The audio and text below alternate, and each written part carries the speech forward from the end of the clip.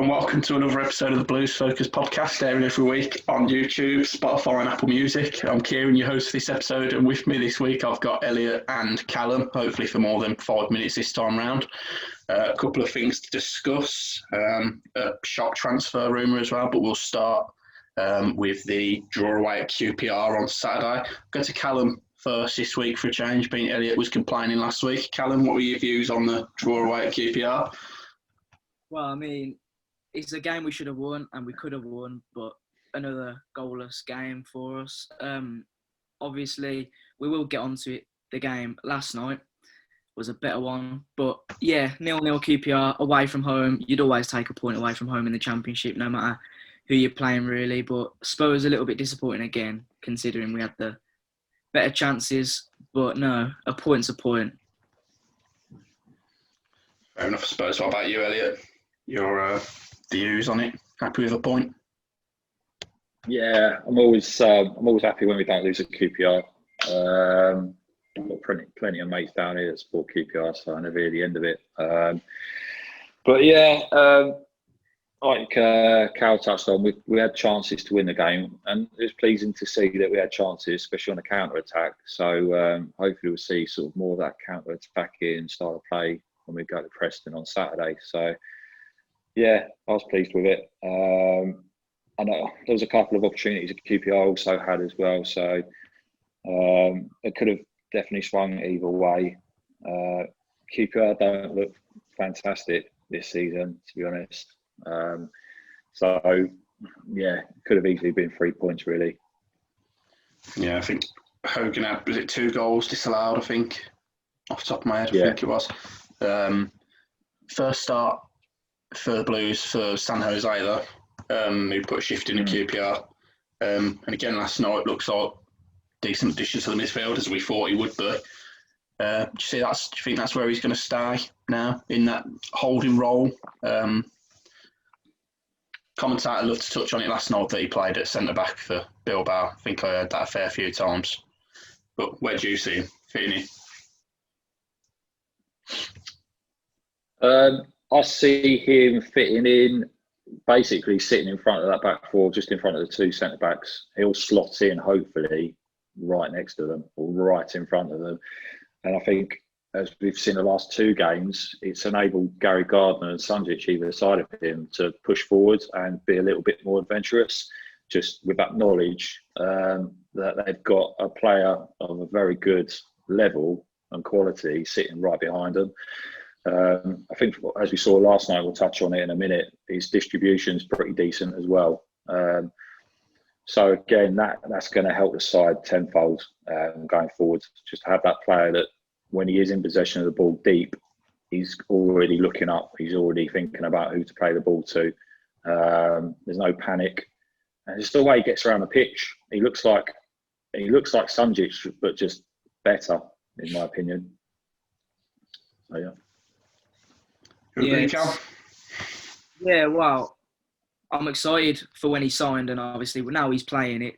It does look like he's bedding in well. I know he came on after Clayton got sent off against Norwich, but no, he's first 2 games he's played, he's been pretty solid. And like El just said, you've obviously got Sunjic who can go forward, and obviously Gardner played last night, so it just is a lot more comfortable for the rest of the team just to know that you've got a quality player just sat in front of the back four.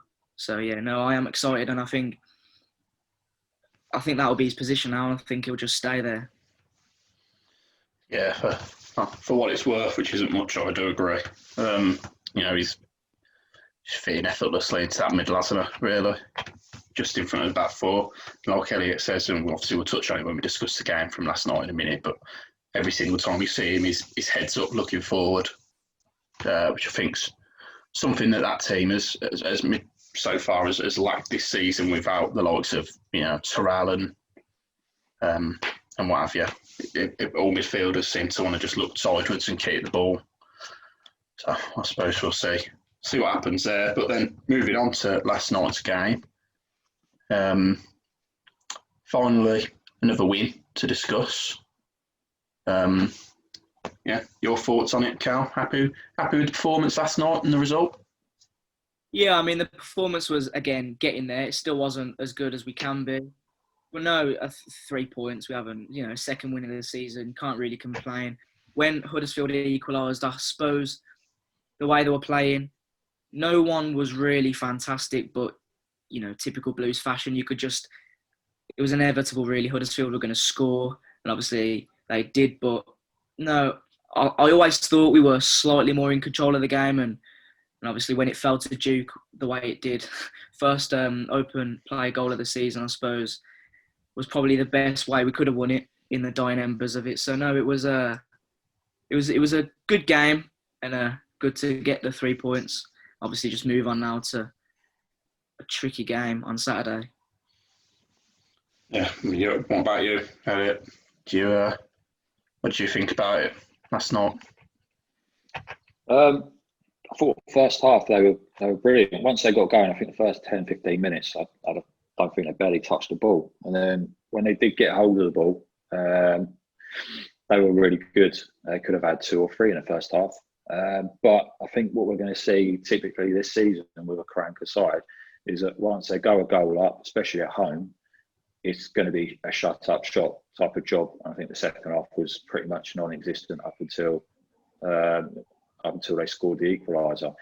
But I think he is very much one of those managers. He's going to be a reactionary manager. So if a team pegs us back, he'll slightly change formation and the team shape.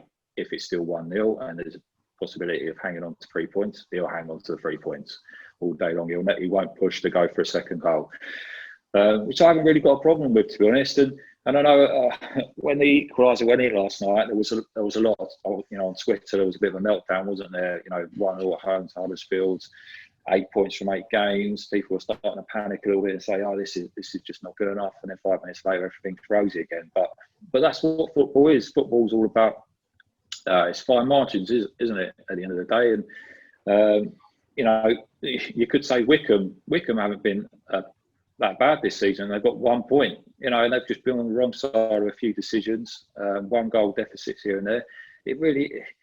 A lot of these games, they really do hinge on sort of 1 or 2 moments, and we were on the right side of those 1 or 2 moments last night. Yeah, I mean, look, again, if you watched it on the Red Button, the commentator, spent a lot of time saying what would the Blues faithful think of this performance? What would they think of this result? I mean, at the end of the day, we won the game. I don't know a single person that complains about that. Like I say, as always, an inevitable meltdown on Twitter whenever we concede a goal and get pegged back. It always happens. But again, we say it every week on here. You've got to give it time. You've got to let him find his best 11, his the best way of approaching games. But we just run quickly through a couple of stats for those that had their little meltdown. So last night, 23% possession. We apparently actually had more shots than Huddersfield, 14-12, 4 shots on target to their 2, but they did get 4 corners to our 2. But I mean, look, just goes to show us Blues often do. Possession isn't the be all and end all of it. It's what you do with what we've got, isn't it? But do you think in the coming weeks we'll see more of the ball? Is that something that he's going to look to transition to, perhaps? Callum, is that something you think he'd look at, or do you think it's a case of this is how it's going to be, pretty much? Well, I'd like to think he'd transition more into that, but like El said before, you go into a lead and you shut up shop. I think it will be more a case of that. I'd like to. Obviously, you always want to see your team playing, exciting football, passing it around, and we do pass it around. But obviously, we see more defensively organised. It's not, there's not sparks flying. But I'd like to think so. But as long as we can, not exactly survive on draws and pick up wins when we can. You want to win every game you go into, realistically. But if we can win, get a few draws and keep it steady, not lose silly games. And I think, especially with, I know he probably was gifted with a slightly better side technically with Middlesbrough. But in his time here so far, it looks like we are going to be an extremely organised team. And I'd like to think it just carries on that way. And we just obviously don't concede goals, but try and score a few more than we have. And last night was probably the most promising performance of the season. So, and we got the win. So, no, I think it will be good if he could try and transition into that. Well, a game that last season, after lockdown, we lost 3-0, Huddersfield at home. So, but yeah, Elliot, you happy with what you've seen so far from a Karanka side? Everything that you expected it, but Yeah, definitely. I couldn't care less if we had 10% possession. If we're coming out with the 3 points, that's all that matters at the end of the day. And I think ultimately, like you just touched on, last season we lost that game 3-0, and the back end of that season, last season, since lockdown, was just laughable. Really, conceding 3 goals a game pretty much. And the first port of call, I think, for Karanka was to sort out the defence. And we're not going to go out and spend money on a whole new defence. Unfortunately, we're not capable of doing that. We're not in a position to do that. So it was basically a case of making what we've got better, more organised, like Cal just mentioned, and being harder to break down. And obviously, the goalkeeper situation has been rectified. Got a good goalkeeper in there now, and we just needed a few more leaders and a stronger spine to the side. And I think he's done that. Going forward, I think it's going to be a work in progress this season. It's not going to happen overnight. It's not going to happen in 3 months. It's going to happen over 12 months to 24 months. But I do think that this season we are going to see games that are going to be 1-0s, 1-1s, 0-0s. And I'd prefer that to us losing 3 and 4-0 like we were last season. yeah, absolutely. No, you can't win, can you? Because fans moaned at Platet, and obviously then eventually Spooner and Garden last year. We shouldn't be losing these games. And you should relatively shut up shop, pick up a 1-0 or draw 1-1. Some decent results along the way as well. The likes of the point at Swansea. The point at Stoke could have and probably should have been 3. But people complaining that it's too negative. We lost them game. We lost all 3 of them games last season. For example, Swansea, Huddersfield, and Stoke. So it's positive so far, isn't it? Really, let's be honest. Yeah, definitely. I think the 2 losses we've had this season. I think Norwich was inevitable. I mean, the quality they've got is ridiculous. And then the Sheffield Wednesday game was just a one-off game. They just weren't at it, and it's going to happen this season. Unfortunately, we are going to get games where we're just not going to be at it.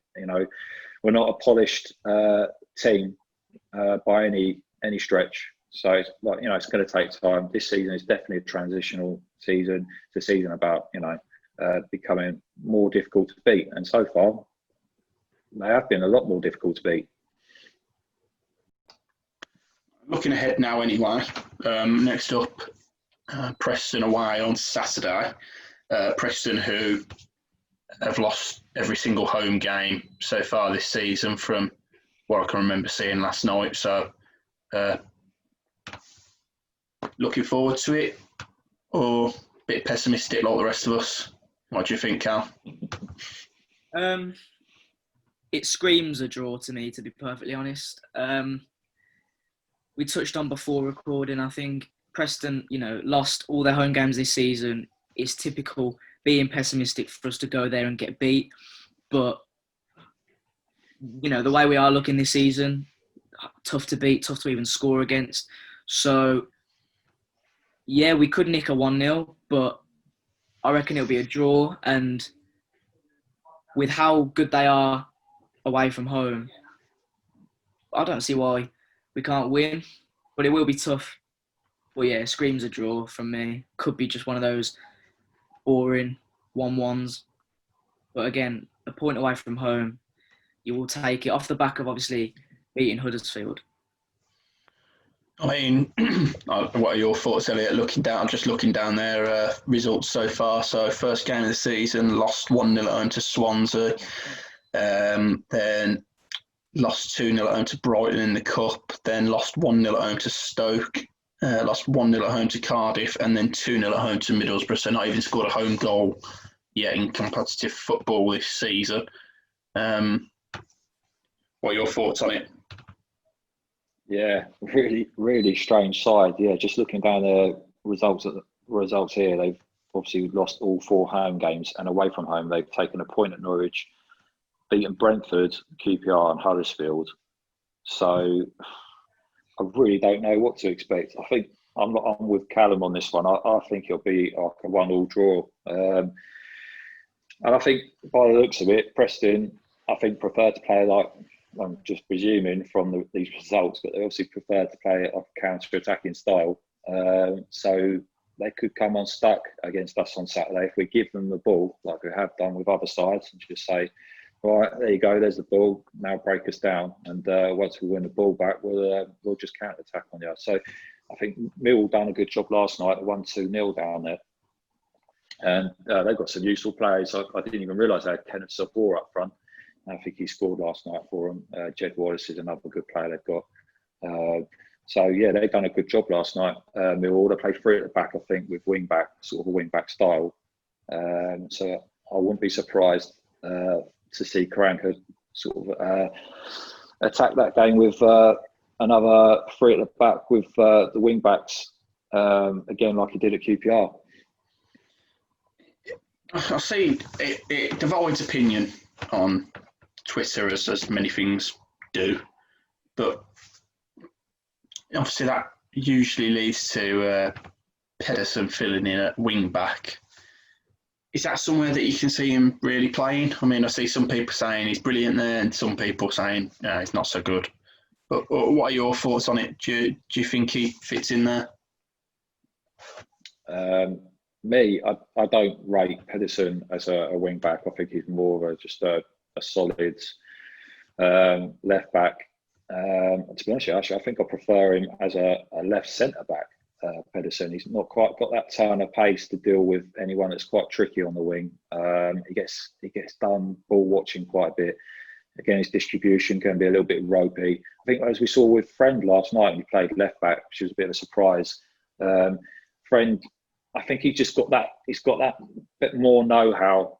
He knows when to press up the pitch. He can, now and again, he fed a couple of balls infield and he just knew when to go. He knew when to not go. He's just got more of a football brain. So I think I would keep Friend. If we're playing forward back, I think I'd keep Friend in that left back position. But if we're going to 3 at the back, I think Pedersen's going to have to come back in so that Friend can slot in into the centre left back. But I think once Clark Salter's up and running and fit and able, I'd be worried if I was Pedersen. I think he needs to be up in his game in the next sort of month or so to try and keep his position. Yeah, and then obviously the other thing then to question, I know I've seen other people ask it as well, but Callum, your thoughts really, if the plan was with Karanka to always test out 3 at the back with wing backs at some point this season, would it have been worth keeping hold of Seddon for the wing back position perhaps? Yeah, definitely, but I think keeping hold of him would have been better, but we've got people there now. I think we don't necessarily need him, and obviously Karanka's chose that option, but like El touched on, I don't see Pedersen. He's okay going up the pitch, but I do see him more as a sort of defensive-minded fullback, and in that solid left-back position, I'd say that's where he's valued more. But yeah, Friend showed a bit more now at left-back last night. But no, I think Seddon could be a good choice to keep next season after his loan at Wimbledon, but it depends. I think we've got cover there, and I think if we was to go into a 3 at the back, I think there is a case for Pedersen to play there. Depends if you can adjust to it. I agree. I was just going to touch on that. I agree with Carl. I think he said in these games, he would have probably sat on the bench all this season, or be lucky to be included in the matchday squad. Like he's got to go on loan. We've got 2 left-footed defenders that can slot into that position at the moment, and with more experience. So yeah, I agree. I think he wouldn't have got it. I think he would have struggled to get in the side this season, Seddon. That's that purely, obviously, because he is your out-and-out sort of wing-back, isn't he, really? I think that's where he's playing with Wimbledon, for example. I think it's where he played with, was it Portsmouth, second half of last season as well? Yeah. Obviously, eyebrows were raised at the time when he went out on loan as well. I think at that point, I don't think we'd even signed anyone, had we? Or did we just sign, was we just about to sign Ant's friend at the time, I think, wasn't we? So, but, you know, it's just a spark debate. But then, I mean, I do agree with you both as well. I think Pedersen, yeah, he's too much of a lump, isn't he, really, as a wing back? You know, you look at all your modern wing backs nowadays, they're small, attack-minded players, where he's more of a solid defender, and like you say, he could slot in at centre back quite happily, as he's done in the past. So, be interesting to see what happens. But then, what else we got next week? We've got another midweek game at home to Wickham, and then home to Bournemouth on the Saturday, before breaking up for an international break. Realistically, what do you think that we'll take from the next week? 3 games, then, Elliot, them 3 in mind. I think if we can get 5 points, that'd be a good points haul. I think if we get a point Saturday, if we can get a win over Wickham and then a point against Bournemouth, I think that'd be pretty decent. But I really do think the Wickham game is going to be one of the toughest games out of those 3. I think I watched them the other night against Watford. I think they drew 1-1. They should have won that game. They had a goal right at the end, which should have been allowed for a foul on Ben Foster, which was never a foul. And I watched them, and they pass the ball around quite nicely. They've got a good manager. I just think they've got a good vibe around that team at the moment, and they're still looking for their first win. And you know what St Andrews is like. You know, any team looking for their first win, or their first 3 points of the season, they usually tend to get it at St Andrews. So as much as I'd like to say we're going to win that game, I think that game is going to be a tricky game. Yeah, Callum, your thoughts? What, you'd be happy with 5 points? Yeah, I'd say 5 points, and I'd predict that it could just be a case of, well, Preston haven't won at home yet. They could turn us over in a game. You'd expect us to at least pick up a point. The Wickham one, on paper, probably sounds the easiest, but is probably the biggest banana skin, so could be a tricky game. Bournemouth, completely not confident with, but we could just get completely shut out, and they'll obviously show why they are going to be up there. But yeah, 5 points is what I'd hope for at least, and it's what I'd expect for as well, yeah. I think the problem you've got with Bournemouth is I looked at their lineup last night, and you've got Josh King's back in the 11 now, and you've got Lerma to go in, and still got these Premier League names knocking around, but they haven't really set the world alight yet, have they? So it's whether or not they find their mojo before they come and turn up at St Andrews. Obviously, we don't want to touch base on what happened the last time they played a league game at our place. Ideally, not a repeat either would be nice. But moving on, one of the things that has kept things interesting on socials over the past few days is the rumour that we're looking at Alexandre Pato on a free contract. Callum, I know this one excites you a fair bit. Thoughts on it first of all? I know I said it ain't happening, but Callum, you seem to think differently, so take it away. Well, obviously, I hope it happens, which is probably what I'm thinking it will. You get us being strongly linked on pretty much every article you read, and then you see him himself on his Twitter post a picture of him in his football boot saying "soon back" with the emojis. So it could mean something, or that could just mean he's going to try and come back, or he knows he's going to be back and it's just not going to be with us. I don't know. It doesn't sound like it should happen, Pato to Birmingham City, but it would be pretty extraordinary if it did. And obviously, you'd like to think it would help with the goals. And obviously, seeing the things he's done in the past, yeah, it does excite you. But I suppose, being realistic, there's probably more of a chance of it not happening. But you never know. You never know. Yeah, well, like I say, I knew that it excited you, to say the least. But Elliot, your thoughts? You wasn't so keen when we was well, not keen as such, but we weren't so confident about it when we was chatting off air. What are your thoughts on it? The link first of all took you by surprise, I'm guessing. Yeah, a little bit by surprise. I thought it was a wind up when I read it, but no, I'm pretty sure that we won't be seeing Pato in a Birmingham shirt. But stranger things have happened. I really don't know where the rumours come from. I know I'm pretty sure that the way I look at it is why would some random newspaper from, was it Brazil? Is it Brazilian? I think it's Brazilian, wasn't it? I think, yeah. Why would they link us with that player if there wasn't any sort of communication there going on between the club or and players' representatives? So I have no doubt that the club are looking at a wide range of free agents. I'm sure as most clubs are at the moment, and seeing what they can do.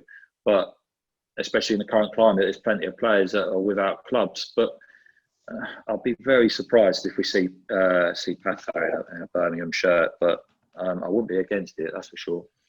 It reminds me of our Harry Redknapp deadline day, where at the start of the day, you didn't know what was going to happen, but you knew something was going to happen because it always does. And then you see Jota, you see Alex Song was an interesting one, wasn't it? Jack Wilshere we went for on loan. Players that we had no right to be getting linked with. And again, I'm not saying obviously that they're remotely similar, Karanka and Redknapp, but again, it feels similar in a case of we have no right to be getting linked to Alexandre Pato, who played for AC Milan and Chelsea on loan for a time as well. So it's an interesting one, isn't it? I suppose. But yeah, I think I was going to say, like we said that we were talking earlier, weren't we, before we came onto the podcast? Like there must be some kind of link between Karanka or Karanka's, his representatives and Pato's for something to be going on behind the scenes. And he did, and in the interview last night, he didn't exactly shoot it down, did he? He didn't deny. He didn't say no, that's not happening. He just kind of sort of brushed it off, didn't he? Brushed the question away. So it's interesting. It's definitely interesting. I mean, do you think this is why maybe we wasn't so rushed for another striker on deadline day? Did we know that we was going to be looking at, I don't know, Pato, for example, as a free agent option? You'd imagine there was always discussions of still trying to pick someone up in this market, but it does make you wonder, doesn't it? But I mean, Callum, another name that I keep seeing bounded about still as a possibility is Nias, who was at Everton as well. Something that you'd take? Yeah, I would. To be honest, it's not a case of I would take any striker. That's a bit harsh. I do feel sorry for Scott Hogan. The chances he had last night, and obviously the goals disallowed against QPR. You got to feel sorry for him. I think it will come. He will score, but yeah, we do need another striker, and it's inevitable that we're playing one up front. And Duke on his own is obviously better than Hogan on his own, but I just don't see the goal. I don't see that many goals coming from either of them, let alone Hogan. So yeah, getting another striker would be something we need. And Nias, not exactly what you'd call proven, but he's been there in the Premier League and he has scored for Everton. And yeah, I would take him, yeah, especially in the Championship. I think you put anybody up front with a bit about them, and you get the service to them, which is obviously something we need to try and do more. But no, I would definitely take him, yeah, in terms of Nias. Yeah, Elliot, I think we've spoke about Nias before anyway, but again, as Callum says, he doesn't want to say he'd take any striker, but I'm pretty sure he would. You're in the same boat. You just think, is it a case of we need another number up there, or do you think it's a case of only if it's the right player? I don't know. I mean, I think Leko will have he'll have a good season if he's paired up with Duke up front this season. He looked lively when he came on the other night. He looks so comfortable on the ball. He looks a real threat. I'd be sad to see us bring in a 31-year-old that's, probably a little bit past it, not feeling, football anymore, and taking his place, when he's got so much development to come. But I do feel like we need one more attacker just to bolster the ranks. The problem is you bring in someone like Pato, are they going to upset things a little bit, because they're going to expect to come into the first team, aren't they? They're going to, when they're fully fit, they're going to expect to come into the starting 11. And at the moment, we've got quite a competitive, front three. I think Hogan just needs a goal. That's all it is. He just doesn't look confident at the moment. Once he gets a goal, I think he'll be up and running. He's getting into really good areas. Last night, he was getting into really good areas. A couple of times we could have found him with a through ball, and that's exactly what we need. I'm not sure. I'm just not sure.